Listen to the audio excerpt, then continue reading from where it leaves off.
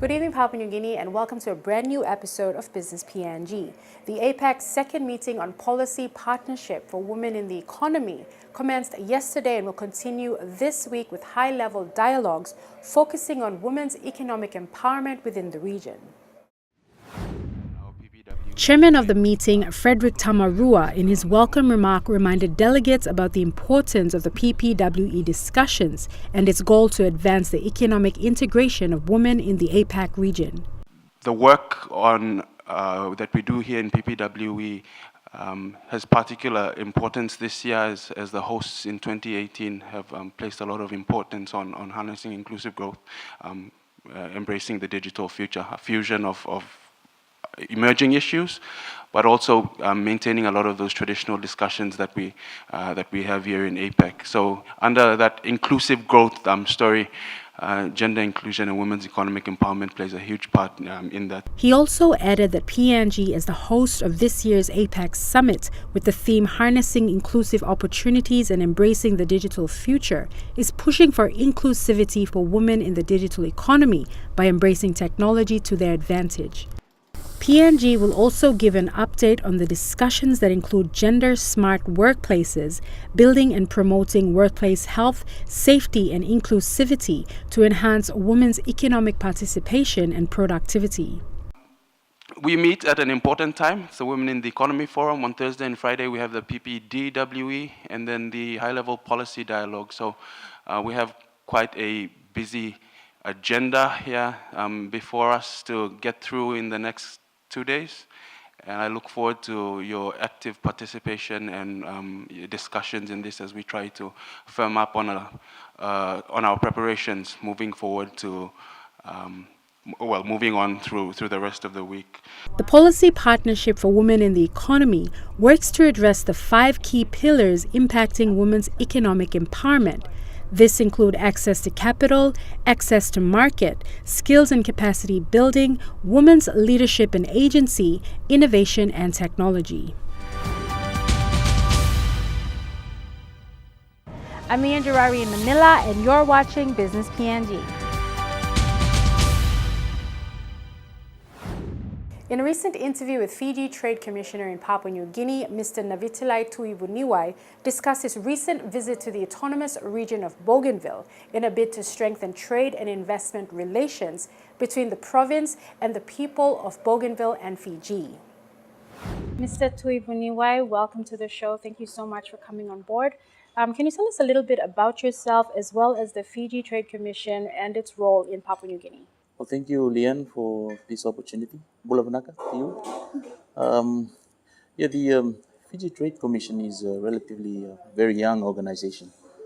In fact, I was sent here about 18 months ago to come and establish the Fiji Trade Commission office in Papua New Guinea, in Port Moresby. But having said that, the Fiji PNG political and diplomatic relations has been around for a number of years. In fact, we were one of the first country to establish diplomatic presence here straight after independence. Yeah. So our relations in Fiji and PNG goes back a long way, and also the role that we've taken is sort of just a broader, outside of the traditional political diplomatic work that normally undertaken by any foreign mission overseas. We had about 4 countries where our trade commissions are represented worldwide, and Papua New Guinea is the latest one on board, and we hope to continue that over the years in having a dedicated trade office, housed under the same way with the High Commission. Our role in Papua New Guinea, like any other trade commissions, is to facilitate and promote bilateral trade and investment between the 2 countries. And I have a sort of a dual hat in this role, given that I do come here to promote Fiji, and at the same time promoting Papua New Guinean businesses in Papua New Guinea back home. And it's quite interesting role. Like I said, been around for 18 months. Very diverse economy, a lot to cover, and a lot of learning in the process. In terms of how you do business, in terms of the connections and building the relationships over time. And I think with Papua New Guinea and any Fijian or any foreigners coming into the country, you got to have a long-term focus, and that's basically we revolve all our mandates and all our working with it, within that principle.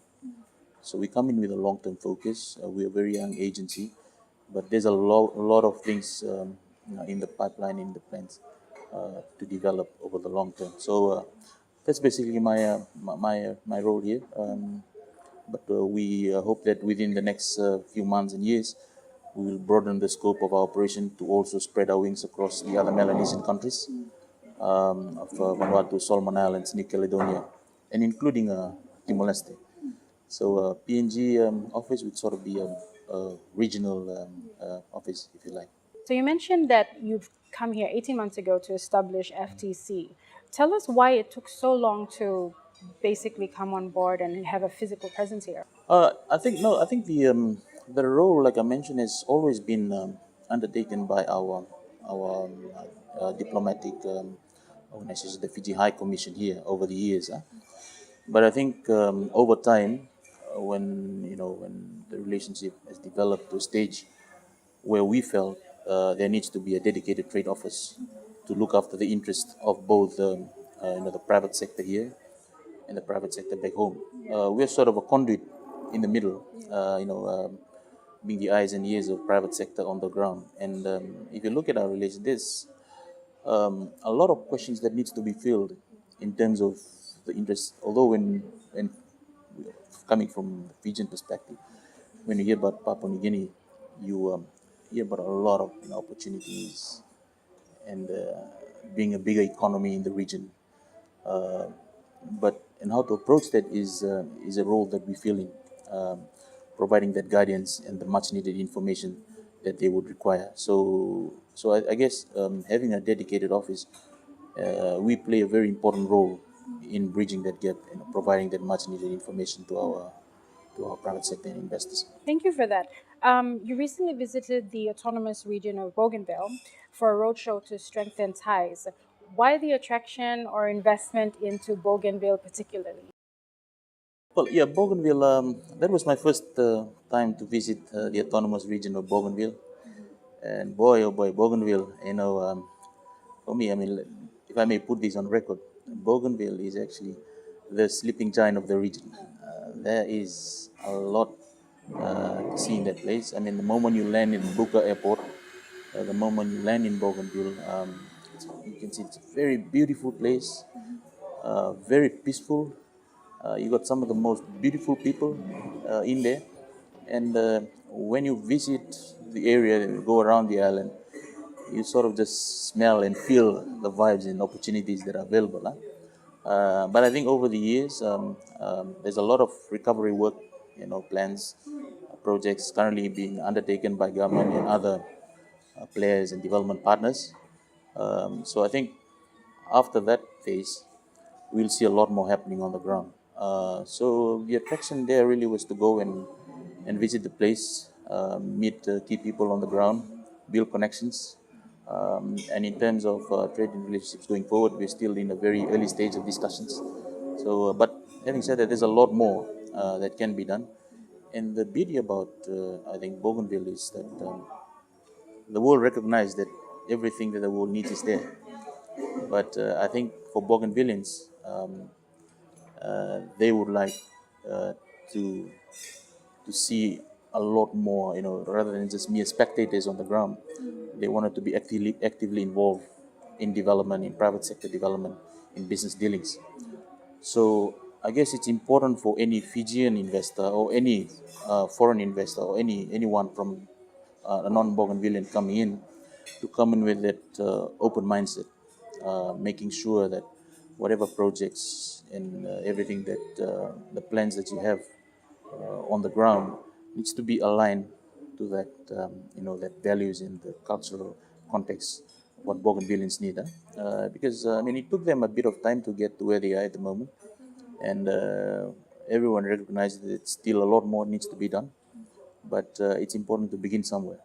So Fiji, I guess when I was around, they mentioned that I was one of the first Pacific trade representative to visit Bougainville, and for me that's quite a quite a good fit to come in and scout the opportunities, and yeah, we're looking forward to a lot more engagement and discussions with the private sector and the people of Bougainville.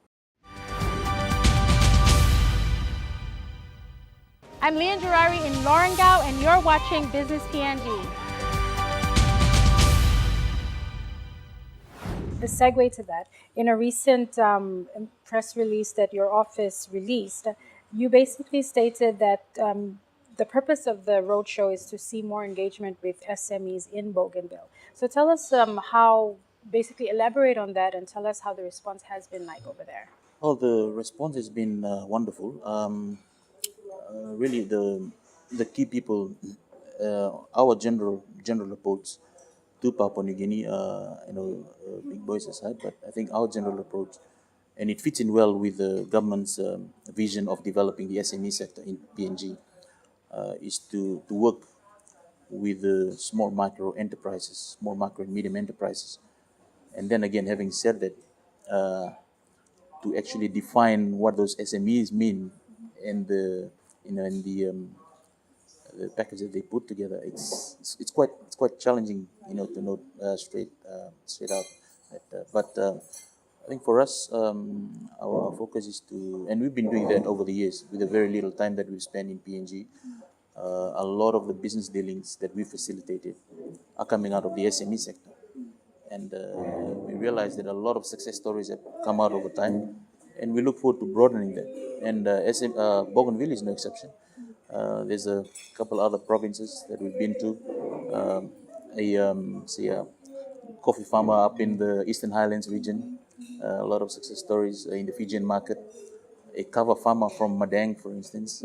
We deal with a number of small cover farmers around the Ray Coast and northern coast of Madang.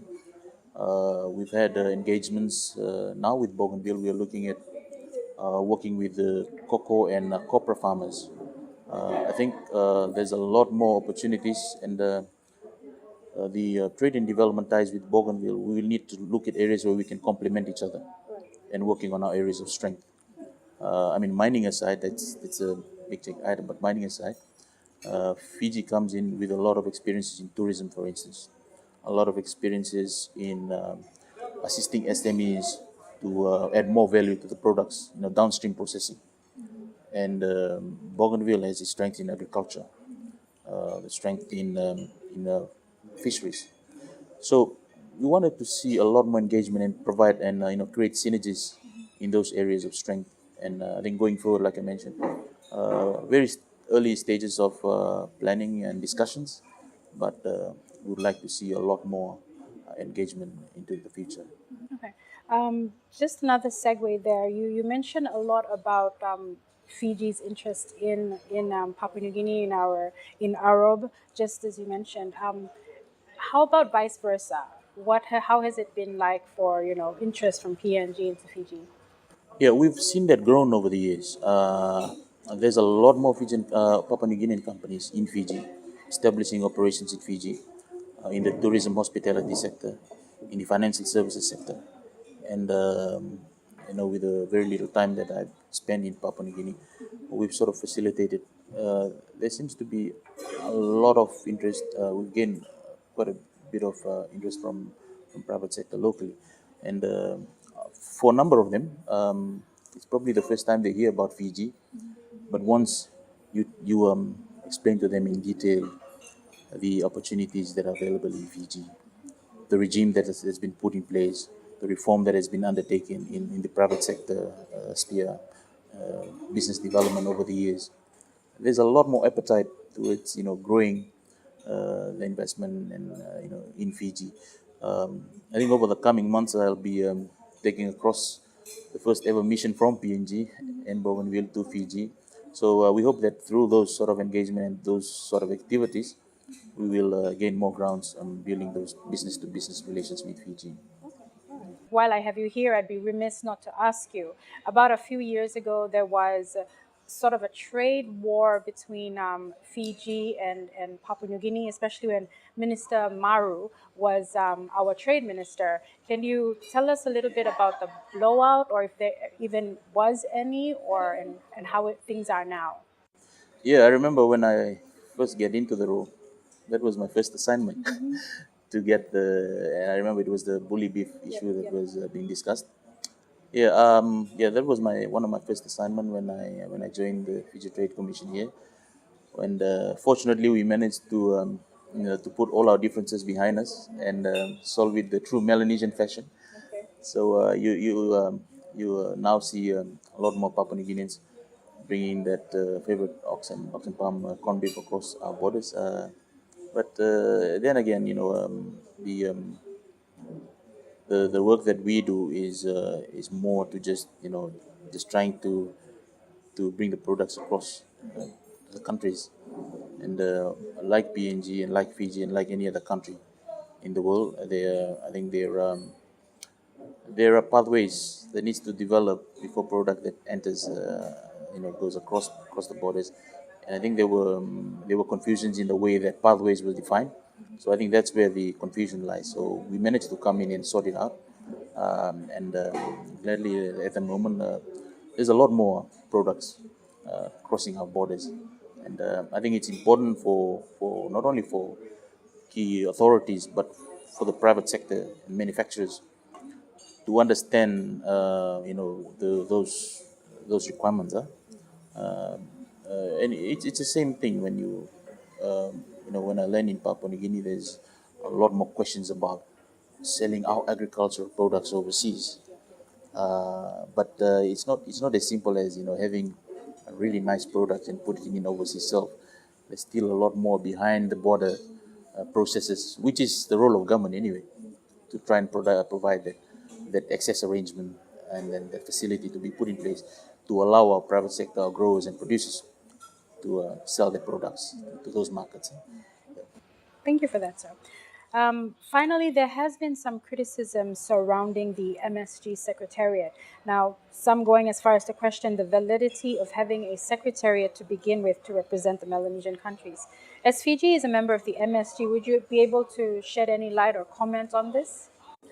Look, the MSG for me, and I mean, it's widely acknowledged that the MSG, the Melanesian subgrouping in the Pacific, is a key success stories for us. I mean, between the four countries, we share about 85 to 90% of the economy, of the landmass, of the resources.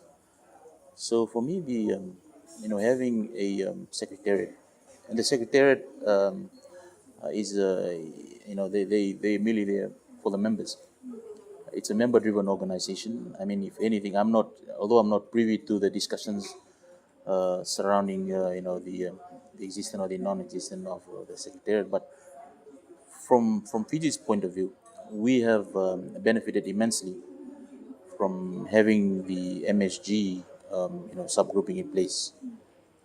Whether you talk about, trade or investment relations, whether it be diplomatic relations with our defense force, police force, they've done a lot of good work over the years, and I think the four countries have benefited immensely from some of the initiatives that have been put in place. And like I mentioned, the onus is on the country to come up, and given that it's a member-driven organization, the onus really is on the countries and all the representatives that meets on various capacities to provide that much needed support and monitoring towards how they carry out their role.